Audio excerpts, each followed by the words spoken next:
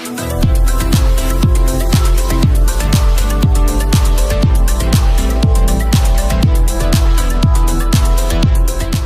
lupa ya di subscribe dan nyalakan lonceng notifikasinya. Lagi dia mau hapus mau apapun, tapi saya lihat di YouTube juga masih ada. Itu kan hal yang udah lama banget sebenarnya. Nggak tahu mas, itu dibalikin lagi ke orangnya, ke orang yang menonton. Kalau orang yang nggak suka sama saya sih pasti akan bilang baper loh ini, pasti kan gitu. Tapi saya tetap dengan prinsip saya membela anak saya dan istri saya. Terus kemudian sedih, marah atau seperti apa? Nah, saya sih untuk hal ini ya, lo ngomong di sosial media ya gue balas lagi di sosial media. Jadi Ruben, Betran sama Sarwenda kira-kira udah tahu belum?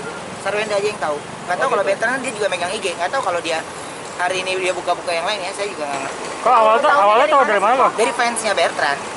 Dari fansnya Bertrand, terus saya share ke tim manajemennya. Terus tim manajemennya juga udah tahu, lagi mencari tahu gitu ya udah.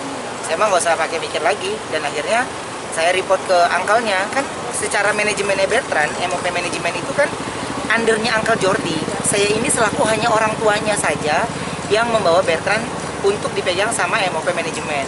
Jadi ya saya serahkan lagi ke manajemennya Bertrand. Mungkin dari pihak yang bersangkutan ada menghubungi dari pihak Koben nggak? Nggak tahu ya, saya nggak. Cuman kalau saya tadi sempat telepon Indra Warkop, teman-teman bisa tanya ya. Saya juga menanyakan sama beliau yang secara senior gitu. Untuk merosting itu ya memang harusnya ya itu harus ada persetujuan dari orangnya. Atau orangnya ada di depan kalian sehingga orang tersebut bisa memberikan jawaban ya. Tapi kan kalau ini kan tidak ada izinnya ke saya gitu. Jadi ketika dia ada di sana dan terus itu juga dimasukin ke akun YouTube-nya dia, kan berarti kan kontennya dia juga gitu. Saya tidak melihat siapa yang ada di depan dia, apa itu sebuah event atau apapun, saya nggak peduli lah gitu. Oh itu event yang udah lama atau apapun, tapi jejak digital itu yang akan terus nanti dilihat oleh anak saya pastinya ke depan.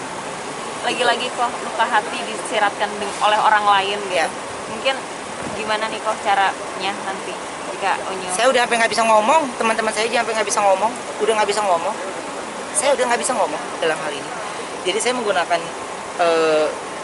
hak jawab saya aja ya, saya jelaskan sebenarnya. Jadi yang dia ucapkan itu seperti menurut saya ya, seperti menggiring opini. Makanya saya hanya serahkan ini ke Bang Minola untuk tolong dipelajari seperti apa dan bagaimana gitu. Jadi ya kita lihat aja, kalau ada etikat baik saya terima dengan baik. Ini kira-kira bakal ditindaklanjut ke jalur hukum nggak Kak Ruben? Tunggu dulu, lu udah main hukum aja. Belum ya? Ini lagi dengerin makanya orang ngomong. Jadi ini lagi dipelajari dulu seperti apa baru. Kok ada tenggat waktu sendiri nggak sih? Apa? Tenggal Sampai waktu kapan untuk- mungkin? Ya nanti kalau saya kasih tahu ntar disengajain nunggu sampai limitnya habis. Tunggu aja gitu. Berarti sudah ya menetap. mungkin aja limit dari saya sore ini, mungkin dari saya itu. Saya nggak usah share. Tapi yang penting saya share ya menggunakan hak jawab saya aja. Jadi even anak saya menonton atau melihat aja ya dari orang-orang yang ngetek nih misalnya ke dia, saya selaku ayahnya sudah melakukan pembelaan untuk dia. Akhirnya yang Iya, dia harus tahu bagaimana ada ayahnya yang membela dia. yang bereaksi bukan cuma Koben, ada Ko Jordi, Ivan Gunawan, Rosa juga, akhirnya mereka juga terusik maksudnya. Mas, kalau orang yang punya anak, ya, ada orang yang punya istri, ya, itu pasti merasakan hal yang sama. Ya, sekarang mas-mas mau punya keluarga, mau nggak kalau ibunya seorang wanita nih menjadi bahan olokan? Ini mental anak loh. Mental seorang anak, ya, kedekatan dengan orang tuanya jadi ejekan, dan itu dengan mukanya yang so iye banget, kenal banget gitu. Dia bilang dia nggak, gue sih nggak kenal banget sama Bertrand. Ngapain lu jadi bahan roasting? Iya kan? Lu ngapain jadi bahan roasting? Kalau dia ngomong, dia komedi, mas, saya ngomongin tolak ukur saya nih. Saya, boleh tanya Aditya Gumai, saya main di komedi udah dari tahun 97 mas, main Lenong Bocah. Jadi, saya juga tahu, saya bercanda sama Ayu, sama Igun, sama Wendy di acara yang saya bawakan, itu semuanya janjian. Nanti gini ya, nanti gini ya, nanti gini ya. Kan mas juga ada di bawah, ada beberapa di sini media yang memang ada di bawah naungan TV, yang ada kode etiknya, ada ininya, semuanya itu kan ada gitu. Tapi kan kalau ini, beliau dia buat saya so iye banget, mukanya so iye gitu. Jadi ya udah nggak apa-apa. Jadi ya kalau dia juga nggak ada net itu ya udah, saya juga nggak akan hapus. Om Indro punya saran apa mungkin kemarin kita ngobrol? Dia menyerahkan semuanya ke saya. Saya cuma hanya tidak meminta saran, enggak. Saya cuma menanyakan bagaimana merosting.